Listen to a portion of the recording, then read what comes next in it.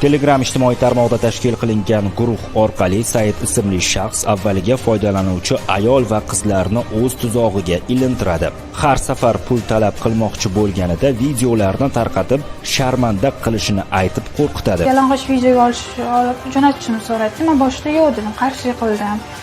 Keyin jahli chiqdi, urishdi meni, uylanaman senga deb ishontirdi.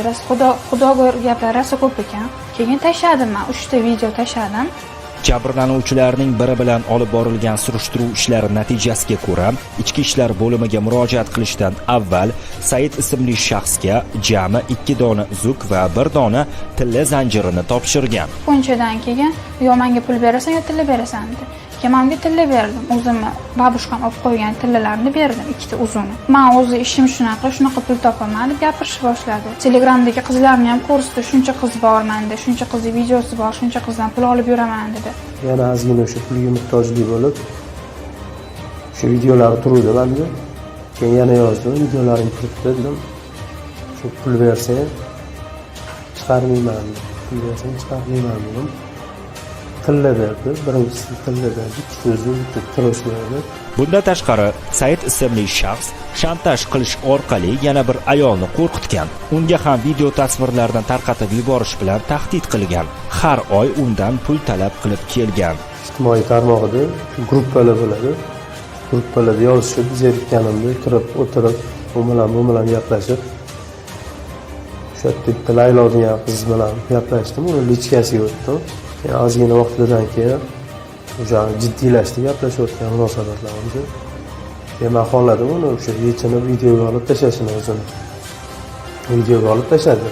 Rasm chaqib ketishni xohlamasang, menga 500 ming berasan deb aytdi. Men qo'rqaman, shu 500 ming pulni berdim. Men yana yo'q ketdi orada. Yana endi bu safargisi endi pul menga berasan 1 million deb so'radi. Agar bermasang, mahallamnikiga sharmandan chiqarib rasmni ko'rsataman deb aytdi. Pulni ham topib berdim men.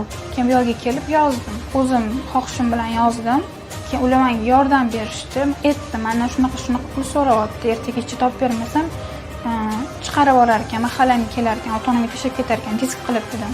Shunaqa dedim, keyin ular menga yordam berishdi. Murojaatga asosan Toshkent shahar Ichki ishlar bosh boshqarmasi va Uchtepa tumani Ichki ishlar organlari faoliyatini muvofiqlashtirish boshqarmasi tezkor xodimlari tomonidan maxsus tadbir o'tkazilib, 1993-yilda tug'ilgan Said ismli shaxs daliliy ashyolar bilan qo'lga olindi. Ilojsiz qolgan jabrlanuvchilarga ichki ishlar xodimlari o'z xizmat vazifalari doirasida yordam berishdi.